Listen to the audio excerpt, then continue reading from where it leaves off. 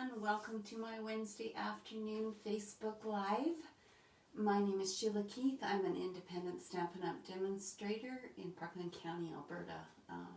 Country residential just outside the capital city of Edmonton.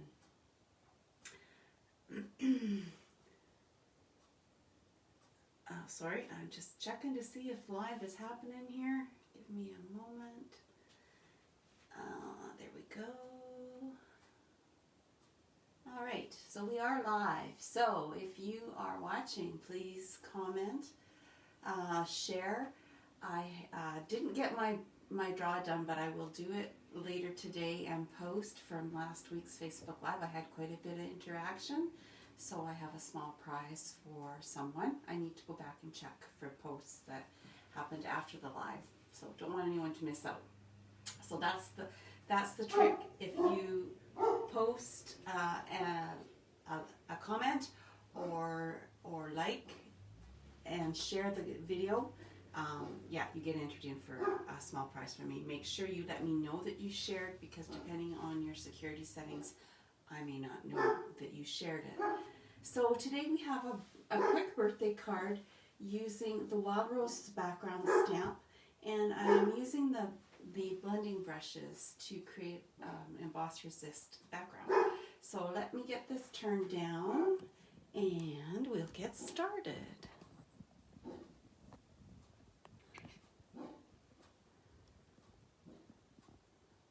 All right.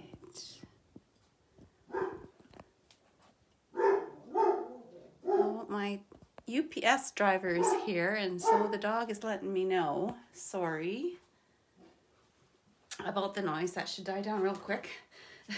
So here's the card that we're going to make today. Really simple. It should be quite quick, but just working with the blending brushes compared to working with sponges that we had in the past is so much fun and creates beautiful, beautiful blends. Why they're called blending brushes. And this beautiful stamp here, that's this one. So it's a full size, takes the big block to create this background stamping image. So let's get started. So I have a 8.5 by 5.5 Whisper White cardstock base that's scored at 4 1/4. So I'm just going to burnish that really good so it's ready when we're ready to put all our pieces together, and set that aside. And then I have a matte piece of a Night of Navy that measures 4 1/8 by 5 3/8, and the piece that we're going to stamp on, Whisper White, that is 4 by 5 1/4, as well as our envelope. So let's get started stamping this. So this is a huge stamp, obviously. And what I like to do when I have a big stamp like this, rather than trying to take the stamp to the stamp pad, I take the stamp pad to the stamp, and that just works so much better.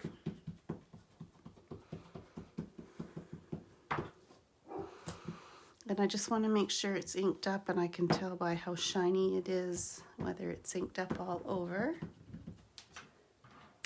Now that's the Versamark ink that I use there. Now, one of the things that I like to do is make sure it's straight.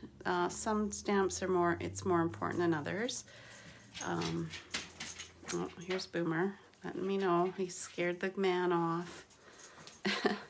Not that we want him scared off. And then I'll press down on it. And I hope that didn't move on me.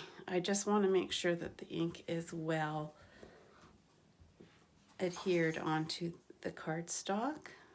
I'm just going to double check the image. No smears there.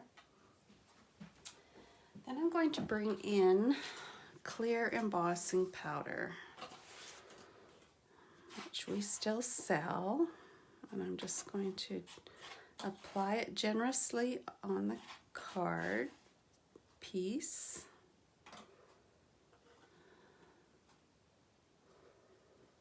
And I don't think we got very much down at the bottom here, so. Oh, hello, Kevin. Is it warming up in Nova Scotia? It's finally warming up here. I think we might hit single digits today. Yeah, that would be minus for anybody else who doesn't know, which would be the first time in, I'm going to say close to 3 weeks. A week ago we were minus 30, so it feels pretty wonderful. Okay, so I'm just going to try and not touch where the powder is. It's going to be a bit noisy, so bear with me because it's going to take a couple minutes to get this all heat embossed. But that was clear embossing powder on Versamark. Now it'll be really hard to see on screen with clear on white, but in person it's quite a bit easier to see. You see it goes shiny, and that's how you know that it has melted appropriately. The way I like to emboss, everybody has a different method, but I just like to keep the heat on until the area that it's aimed at has finished melting, and then I move my heat tool. Some people wave it around or whatever. I'm not sure that that's that effective. I have found that this works quite well for me, and I can keep an eye on it. I don't know if you can see where it's getting shiny or not.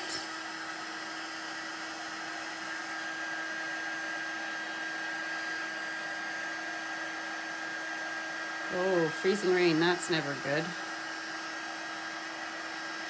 Oh, but +3, well that's okay. Yeah, we're supposed to be in plus territory by the weekend. I can hardly wait.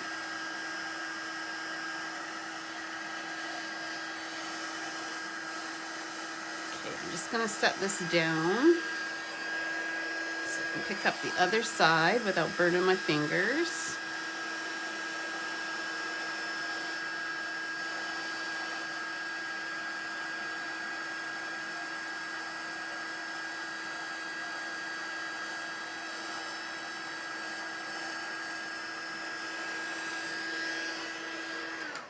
Okay, now I don't know if you can see that or not, and I moved this, but it's shiny all over. So that means it's all been melted, and that's what we want, and I've got powder everywhere, so just bear with me while I sweep this out of the way. There we go. Okay, so I'm going to use 4 colors for my blending on the background today. I am using Blushing Bride and Seaside Spray and Daffodil Delight. Probably should use So Saffron, but that's what I went with, and Mint Macaron. So I'm going to start with the Blushing Bride. Hi Donna, how are you doing today? Isn't this warming trend wonderful? Okay, so starting off and coming towards, that way you don't get a big blob of ink in any one spot. You can go far down as you like, but as we blend in, you start to see the floral image. Now we may come back and add a bit more after, but we'll just, now anybody that knows anything about color, or if you don't know, when you combine colors you get different colors. So I'm going to overlap. So I'm going to overlap my blue on my pink, and I should end up with some purple in here. And then we want there to be some true, and I don't want it to be just lines, so I'm going to make it a little bit kind of all over, and maybe a little bit in the corner.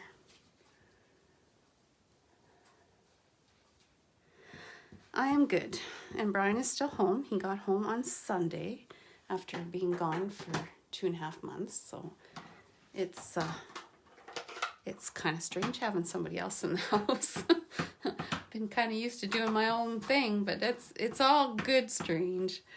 Okay, so when you add yellow and blue, oh, maybe you don't have quite enough blue down here. You're going to get green, and of course then we're going to add more green. So let's come in with a little bit of yellow and take it up into the blue. And see how it turns a little bit green.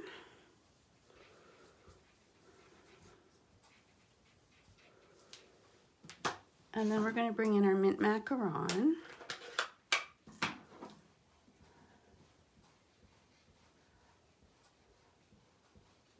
Yeah, it's not quite the same. White on white is okay, but white on colored cardstock is awesome.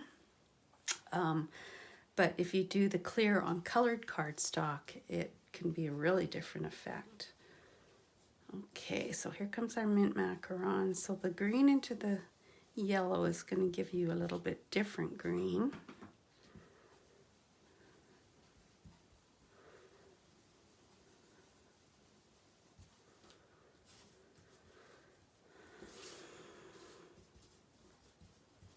And just run a little bit all over and just, whoops, create a little bit of a different effect so it darkens up the blue a little bit, but not quite purple. So I'm just going to set all those aside. I think I am happy with my colors. So this is really actually a very simple card. That's the hard part done. So we have our mat here, again, that measures 4 1/8 by 5 3/8 that we're going to adhere this piece to.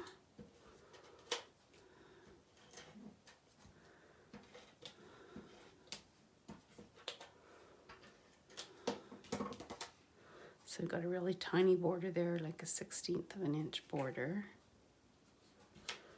And then I'm going to put a bit of ribbon on here. So I'm using this 1/4 inch Night of Navy ribbon. I don't remember what set this comes from.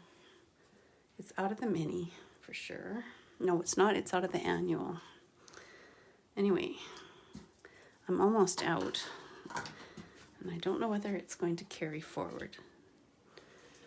We have a new catalog coming out in May. And so demonstrators get to see it in April. So that's one of the advantages of becoming a demonstrator is you get to see stuff early. And we are in the last week and a half of celebrations. So if you have not got all the celebration items that you would like to have, you need to place an order by February 28th, as they have changed how celebration works. Oops, that didn't quite go straight. So what I'd like to do is add my adhesive to the back when I'm doing a wraparound ribbon like this. And then I just tuck it around. Okay, like that. And then it's ready to adhere to our card base.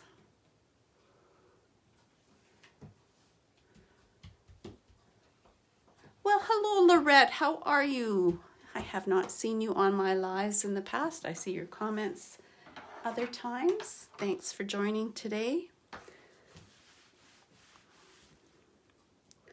Okay, so that is the toughest part of the card. Now we have a little bit of stamping to do, and we're just about done, believe it or not.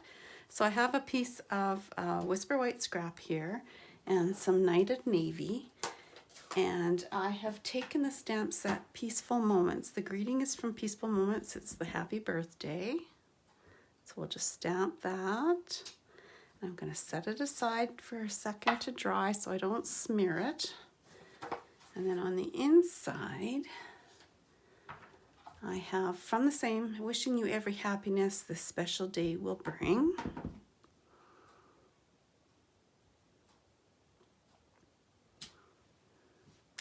And then using the Pretty Perennial stamp set, which I've just started to play with, I have a couple of the floral images, the solid one and the outline. So I'm going to use the solid one in Petal Pink and just add a little interest on the inside of my card. And then the Seaside Spray, we'll just overlap those a little bit. And then we'll do that to our envelope as well, because no naked envelopes are allowed.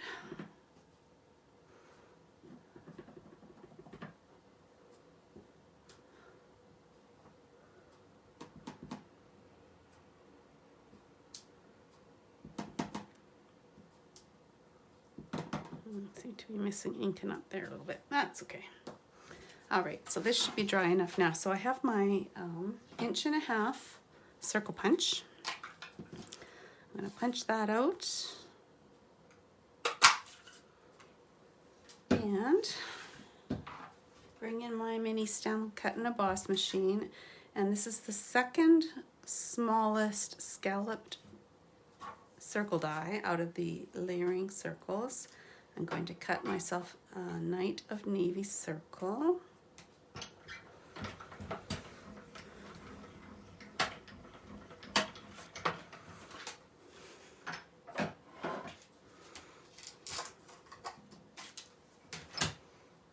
And we'll glue those two together. Like I said, this is a pretty simple card. Put a couple of dimensionals on the back of that.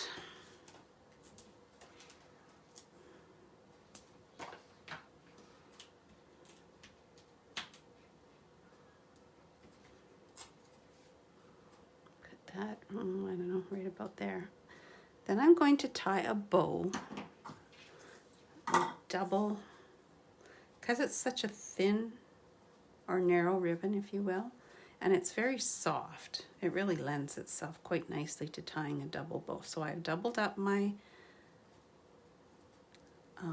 ribbon, and I'm just pulling 2 layers through. And you can pull them a little different length if you want, just to get a little bit of dimension there.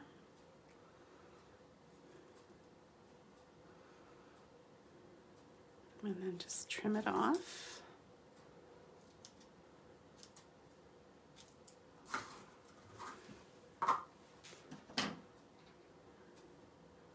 Maybe the tails are still a bit too long.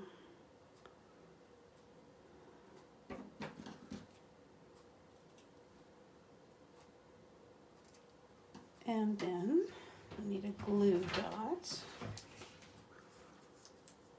So again, the way I like to do it is to take the knot at the bow and press it down and attach that. And then to finish it up, I still have a few of these holiday rhinestones from the annual catalog, and I'm just going to add a few of those for a little bit of interest. In Night of Navy.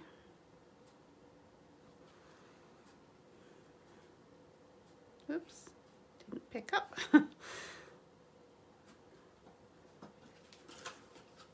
There we go.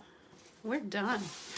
That was so quick and easy. There's the envelope. There's our one we made today.